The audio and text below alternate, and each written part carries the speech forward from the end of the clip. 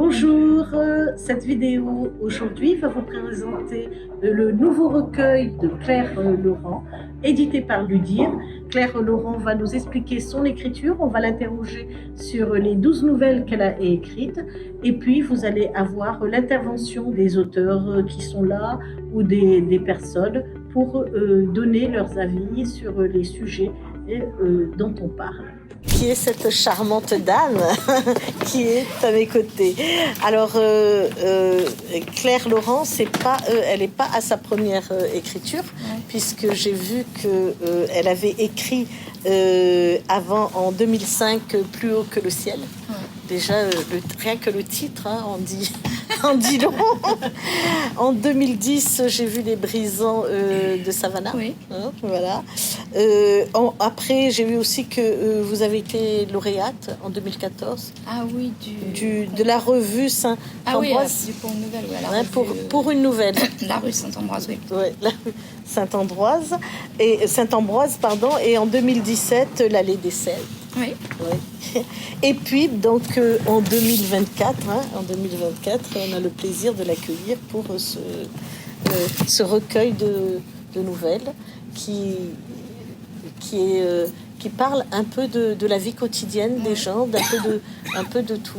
Ouais, à La Réunion. Ça fait un moment que vous êtes installée ici. Ouais, j'avais 9 ans. Ah ouais, voilà, ça fait 52.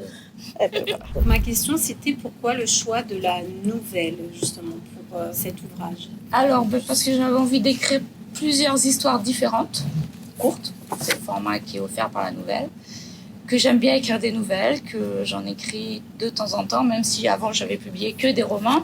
J'aime bien travailler sur des nouvelles. Pour ça, j'avais participé au concours de la revue de la rue Saint-Ambroise une fois pour pouvoir un peu tester, voir ce que ça valait, on va dire. Et oui, j'aime bien. En fait, ça permet de passer d'un sujet à un autre. Alors que quand on est dans un roman, il faut quand même rester, il y a une ligne continue du début à la fin sur peut-être 200 pages, alors que là, on peut passer d'un sujet à l'autre. Et donc ça aussi, j'aime bien faire ça. Et puis, ce qu'il y a aussi de bien dans les nouvelles, c'est que ça se lit vite. Oui. Surtout pour les lecteurs. Pour déjà rentrer dans cette première nouvelle, Là-bas, mon enfance, elle est un peu triste, cette nouvelle. Elle démarre... je suis là-bas et je parle d'ici. Voilà. Je là-bas parce que je suis de l'autre côté. De l'autre côté. Et vous parlez avec nostalgie de ce qui se passe à La Réunion. Des gens comme moi qui sont arrivés ici petits, qui ont été élevés ici, puis qu'après ils ont dû repartir faire leurs études dans l'Hexagone, et puis qui voulaient juste revenir, mais c'est pas si facile que ça de revenir, donc il y a cette nostalgie-là. C'est peut-être, je sais pas, mais je pense que ceux qui sont nés ici, qui ont dû partir aussi faire leurs études, oui, c'est pareil. Ouais, c'est pour ça c'est pareil, c'est un autre monde en fait. Il y a un fossé qui sépare ces deux mondes, ça va pas à franchir, et plus ou moins bien réussi, et puis quand on est là-bas, c'est pas si facile. Et on a toute cette nostalgie, tous ces souvenirs qui remontent, qui reviennent, et on n'a qu'une envie, c'est de revenir ici, mais on a des choses à faire là-bas. Alors justement, moi j'aimerais revenir sur la dichotomie qu'on trouve dans ce recueil de nouvelles, c'est d'ici et d'ailleurs, et donc c'est ici, on voit qu'on entre dans les foyers, dans les foyers des gens, dans l'intimité des gens. Justement, qu'est-ce qui vous plaît dans cette écriture de l'intimité? Moi, ce qui me plaît, c'est d'entrer chez les gens en fait. C'est vrai que quand je vais chez les gens, je suis assez observatrice. Et oui, j'aime bien regarder et puis voir ce qu'il y a de commun avec ce que moi je peux ressentir ou pas, ce qui me choque, ce qui me surprend, ce qui m'attire aussi. Ouais, j'aime bien écrire ça. Et puis je voulais aussi montrer diverses facettes, on va dire, de la vie ici. Parfois elle est très rose et parfois pas du tout. Et c'est pas en joli V, enfin on n'est pas dans une carte postale. Non. Oui, d'autant plus que la seconde nouvelle, on est déjà sur la dingue. Je pense que ceux qui l'ont eu se reconnaîtront dans l'histoire. Oui, le fait que les médecins, à chaque fois qu'on a la dingue, ils nous abreuvent comme ça de Doliprane. Alors, ça, j'ai bien aimé. Dans vos nouvelles, on voit aussi des traits d'humour. Vous, dans la vie, vous êtes aussi comme ça, un peu joyeuse. Ah oui, même parfois dans une situation un peu dramatique, un trait d'humour. Et ouf, ça détend tout le monde et ça permet de voir les choses peut-être parfois sous un autre aspect aussi. Vous êtes professeur? Je suis prof d'anglais, Oui, donc professeur d'anglais. Sur la nouvelle, le jeune professeur, la nouvelle s'ouvre donc avec une référence à Jean-François Salomon. Voilà, citation que j'aime beaucoup. Présent. Voilà. Et donc, dans cette nouvelle, en fait, vous retracez un peu le parcours de ce qu'on appelait les professeurs volontaires. Ouais. Ils sont arrivés donc sur l'île. Ouais. C'était important pour vous de retracer ce En fait, ça genre d'expatriés. Oui. Et ensuite, Oui. finalement, ça se termine avec une appropriation en fait, de la culture. C'est ça. En fait, c'était l'époque où moi je suis arrivée à La Réunion en 1972 et à cette époque, effectivement, il y avait beaucoup de profs qui arrivaient comme volontaires de l'aide technique. C'est ça. Et donc, dans les amis de mes parents, il y en avait un certain nombre. Et moi, je trouvais ça, je me posais la question, je me disais, mais qu'est-ce qui fait que quelqu'un va quitter, en fait, là où il est bien pour venir ici? Donc, je me suis beaucoup interrogée là-dessus. Je me suis interrogée aussi sur ce qui a fait que mes parents, un jour, ont décidé de demander à venir travailler à La Réunion, alors qu'on était installés dans un petit bled dans l'Hexagone. On aurait pu dire que ça allait comme sur des roulettes, tout était lancé. Et hop, du jour au lendemain, ils plaquent tout, ils laissent tout tomber pour venir s'installer ici. Ça m'a longtemps travaillé cette question. Cette question de pourquoi donc, partir d'un lieu pour atterrir à un lieu, ouais. Et qu'est-ce qu'on y apporte et qu'est-ce qu'on prend en fait de surtout qu'après, quand j'ai dû repartir d'ici, je me suis dit qu'en fait, le fait de venir ici, c'était le plus beau cadeau que mes parents m'avaient fait pour moi, de m'amener ici. Ça, c'est quelque chose qui a bouleversé ma vie, mais dans le bon sens. C'est le plus beau cadeau qu'ils aient pu me faire. Mais je me suis toujours interrogée sur qu'est-ce qui fait que les gens, du jour au lendemain, quittent. Alors, j'ai imaginé plein de choses. Dans le livre, je donne plein de pistes. Oui. Et donc, vous terminez cette nouvelle par ces deux petits auréoles au savatrose. Est-ce que vous vous considérez comme les auréoles au savatrose? Oui, là, c'est ma sœur et moi. Je vais vous lire un petit passage, la page 45-46, vous faire un petit peu goûter son écriture. Donc, elle fait partie de la nouvelle qui s'intitule « Une âme sans pédigré ». Où était-il, lui, Stéphane Richard, dans ce melting pot, oublié dans la liste? Il avait l'impression d'être un pépin dans une salade de fruits. Ni créole, ni arabe, ni caf, ni malbar, ni sinois, ni malgache. Il se sentait pourtant rayonner. Combien de fois l'avait-on repris sur ses intonations chantantes, sur les expressions qu'il utilisait et qu'on ne comprenait pas dans l'Hexagone? Planté ici en 1970, à peine âgé de 5 ans, comme une graine qui ne demande qu'à pousser, il n'était pas en transit, pas en partance, pas assis entre deux chaises. Non, il était là chez lui, ancré dans ses pieds, les orteils accrochés aux scories, les talons enfoncés dans la poussière rouge du pas de Bellecombe ou dans le sable noir de la plage de l'étang Salé. Contrairement à ceux qui avaient vu débarquer à La Réunion puis en repartir définitivement, il y était, lui, arrivé définitivement. Était-ce à cause des va-et-vient de ces oiseaux de passage qu'on ignorait? Ou était-ce, comme son frère le lui avait laissé entendre un soir, dans un gîte de randonnée, parce que Stéphane, comment veux-tu que les gens d'ici aiment ceux qui... Pierre n'avait pas fini sa phrase. Il s'était retrouvé avec le nez cassé et la mâchoire déboîtée. Stéphane en avait assez. Ceux qui quoi? Ceux qui avaient colonisé La Réunion au XVIIe siècle? Ceux qui débarquaient, encaissaient les primes et repartaient aussitôt? Ceux qui vivaient dans leur bulle entre Bocancano et la Saline? Voilà, je m'arrête là. Et c'est vraiment... Ça te touche. Oui, ouais. C'est touchant. C'est touchant parce que c'est ce mélange de personnes qui vient d'ailleurs. Et comme le titre le dit d'ailleurs, du livre, d'ici et de nulle part. Et tous ces gens, en le lisant, je me suis remémorée à tous ces gens qui ont construit La Réunion. Voilà. Et voilà, c'est ce qui m'a touchée. Et à l'intérieur du livre, il y a aussi beaucoup d'autres moments, pas que celui-ci, mais d'autres moments même de plus récents et qui sont très très touchants. Alors moi j'ai choisi de vous lire la nouvelle qui s'intitule Bouteille vide. Alors pourquoi? Parce que je trouve qu'elle traite du thème de l'influence de la famille sur notre devenir. C'est l'histoire d'une fille qui veut faire des études et dans son foyer, en fait, on ne valorise pas les études. Et comment, en fait, cette fille va, malgré tout, aller jusqu'au bout de ce qu'elle veut faire. Et j'ai trouvé ça très intéressant. Donc, on est tout au début. Hôtesse de l'air, mais ma pauvre fille, tu t'es regardée? Pourquoi pas top modèle aussi? Ou pute, tant que tu y es? Tu rêves d'être boniche sur Air Austral, c'est ça? Non, je veux travailler sur Air France. Boniche sur Air France, c'est pareil. Le père a reposé son verre vide sur la table, près de la bouteille de rhum Charette. La brume des hauts avait envahi l'étroite cuisine en même temps que le soleil de mai disparaissait derrière le piton cabri. L'humidité imprégnait tout, du sol en béton ciré au plafond. L'esprit du père, lui, était brumeux depuis longtemps, aussi brumeux que sa Sologne natale.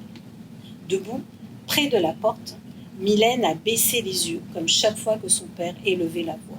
Ses pieds nus portaient encore les empreintes creusées sur sa peau par les lanières de ses sandales. Quand elle serait riche, elle s'achèterait des chaussures à sa taille au lieu de toujours devoir finir d'user celles de sa mère qui faisait une pointure de moins. Et elle prendrait l'avion avec la vieille valise noire qui moisissait derrière le buffet. Elle irait à Gillot et s'envolerait dans un Boeing 747. Les 4 premières nouvelles tournent autour de la famille. Pour vous, c'est le lieu vraiment où se cristallisent toutes les tensions, oui. la famille? Pour moi, la famille, c'est un terrain d'expérimentation. Oui, il y a tout. Si on observe bien, on voit tout ce qui se passe. Et pour moi, c'est le microcosme. Ce qui se passe dans le monde se passe déjà au départ dans la famille. C'est du concentré dans les familles. Surtout à La Réunion, la famille, c'est quand même important. C'est là où tout se cristallise, là où tout se déconstruit aussi, quelque part. Et c'est vrai qu'après, la problématique, c'est comment essayer de s'en sortir avec ce que nos parents, ou justement la famille, nous donne, tout ce qu'on porte. Oui, c'est vrai qu'on va aborder un autre thème à l'intérieur. Ici, on est dans la peau de celui-là qui est en train de rechercher cette fille au Doster. Hein. La pression monte, la tension, vous la tenez, vous nous tenez jusqu'en haleine pendant longtemps, et on se dit, mais pourquoi il continue alors qu'il a tellement peu d'indices? Pourquoi il continue? Est-ce que c'est aussi ça, de faire aimer la nouvelle aux gens? Est-ce que c'est comme ça aussi qu'on tient et qu'on emmène son public vers la nouvelle? Oui, mettre en tension, oui. Première chose, mettre en tension. Et puis deuxième chose, il faut aussi qu'il y ait quelque chose dont le lecteur va se sentir proche. Donc là, j'ai écrit pour les insomniaques. S'il y en a parmi vous, ils vont se reconnaître. Mais voilà. Là, c'est fort. Après, on a tous eu, ça nous est tous arrivé d'avoir une nuit où on ne dort pas, où on tourne en rond, on pense à plein de choses. Voilà. Dans vos nouvelles, vous abordez aussi des thèmes d'actualité. On sent que il y a des sujets qui restent encore un petit peu tabous, comme l'homosexualité, par exemple, dans Douceur de vivre. Et c'est dit de manière assez subtile. On voit que le fils découvre l'homosexualité de son père, en fait. Pourquoi le choix d'un enfant, justement, qui découvre cette orientation-là? Parce que je trouve que c'est encore plus choquant pour un enfant. C'est ça. Et puis parce que l'enfant, c'est peut-être celui qui va avoir plus le côté voyeur, d'aller justement voir ce qui se passe, en fait, et avant qu'il découvre ça, il va aller voir ce qui se passe, et ça, un enfant va facilement le faire, je pense. Et c'est vrai que ça se passe dans un milieu bourgeois. C'est vrai que ce choix-là, c'est là, je me suis un peu amusée. Oui, on le sent. Je me suis un petit peu amusée à critiquer certains travers aussi. C'est ça. Et donc, l'intime, c'est encore là. Donc, on part d'un microcosme pour aller, en fait, dans un macrocosme et dresser, finalement, un panorama complet de la société réunionnaise actuelle. Et puis, vous pourriez revenir juste un tout petit peu sur ce que vous avez dit, parce que ça m'a un petit peu intrigué. Oui. En quoi vous pensez que c'est plus difficile pour un enfant, pour un jeune garçon, de découvrir l'homosexualité de son père que pour un père de découvrir l'homosexualité de son fils? Je pense que pour un père, c'est peut-être difficile de découvrir l'homosexualité de son fils, mais je pense que le père, quand même, il est adulte. Il a une maturité qui va peut-être l'aider à prendre une certaine distance, à apprendre à accepter une distance, à prendre les choses, alors que l'enfant, il s'attend pas du tout à ça. Il tombe là-dessus un peu par hasard, en fait, parce qu'il cherche autre chose. Il tombe là-dessus. Et il prend ça en pleine figure. Et je trouve que c'est un petit garçon en plus. Donc, je trouve que ça, pour moi, je trouve que c'était plus choquant. Après, qu'un père découvre l'homosexualité de son fils peut être tout à fait tout aussi choquant. De notre société aujourd'hui aussi ouverte qu'elle soit, et on peut dire que la société réunionnaise est particulièrement ouverte, parce qu'il y a ce qu'on appelle le fameux vivre ensemble ici qui fonctionne comme on vient. Il y a encore très souvent des histoires dramatiques de jeunes qui, quand ils révèlent leur homosexualité à leurs parents, se font mettre dehors de la maison, de la famille, et même de la famille au sens large. Ça rejoint ce que tu disais, avec le thème de la famille très présent dans la culture réunionnaise. Quand un jeune est banni de la famille, mais y compris les cousins, les cousines, les familles lointaines, il se retrouve vite tout seul. Alors que là, un homme adulte, il ne sera pas soumis à cette pression. Après, tu vois, l'histoire que Kelly, elle a lu un passage tout à l'heure, Bouteille, la fille qui est dans cette famille-là où ses parents lui disent qu'elle veut être boniche en Australie. En fait, à un moment donné, elle les regarde avec distance et elle se dit mais qu'est-ce que je fais avec cette bande d'abrutis? En fait, elle est dans ce milieu, mais elle est vraiment différente. Et en fait, elle se rend compte que il est temps qu'elle s'en aille parce que ce sont que des abrutis. Et heureusement qu'elle a d'autres projets, elle va réussir à s'en sortir. Mais quand le regard qu'elle porte sur ses parents, pour elle, c'est des fainéants, une espèce de dégénérés. C'est ça, et toutes les difficultés de s'affranchir du cadre dans lequel on a été élevé, qui nous conditionne quand même beaucoup. Et elle va chez sa copine, Marceline, donc tu parles d'amitié, où là, c'est autre chose. Alors le titre du 11, bien fait.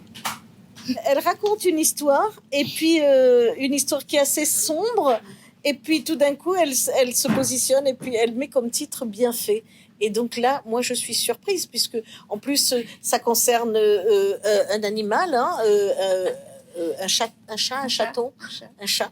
Et puis voilà, et puis tout d'un coup, elle dit bien fait. Donc je me suis dit, est-ce qu'il va arriver à ce chat? Alors moi, je me suis dit, oh, elle est gonflée, Claire. Je me suis dit, quand même. En fait, c'est un petit garçon qui vit des choses et des choses plutôt négatives, et il se dit en fait que c'est bien fait pour lui.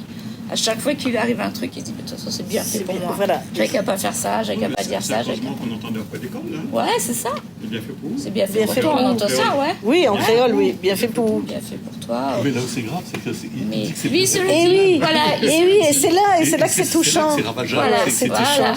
Et après, on va voir la relation qu'il a avec sa mère aussi, ça vient de là, en fait. Et donc, il se dit que chaque fois que c'est bien fait pour toi, t'as qu'à pas faire ça, t'as qu'à pas dire c'est bien fait, bien fait. Ouais. C'est pour ça que cette lecture, elle est étonnante. Enfin, en tout cas, ta plume est étonnante. Merci. Elle est étonnante pour ça. Elle est fraîche Ouais. aussi. Elle est étonnante pour nous soulever quelques questions avec 2-3 petites nouvelles qui paraissent vraiment anodines, parce que quand on les lit, on Et sait. finalement, il y a toujours quelque chose qui est pointé, quelque chose qui nous interroge, qui interroge le monde dans lequel on vit. On part vraiment sur des questionnements. Sous cette légèreté, il y a toujours tu vois, quelque chose en fait d'un peu plus grave. C'est ce qui fait la saveur de la nouvelle. Vous avez écrit vos noms, vous vous souvenez?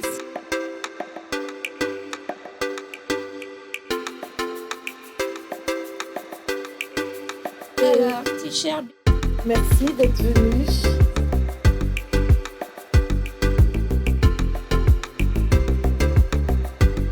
Merci d'être venu aujourd'hui rencontrer Claire Laurent à la médiathèque Annous de Sainte-Marie. Merci à l'UDIR, merci à la ville de Sainte-Marie et merci à tout le monde d'avoir fait de cet après-midi un après-midi de pur bonheur de lecture.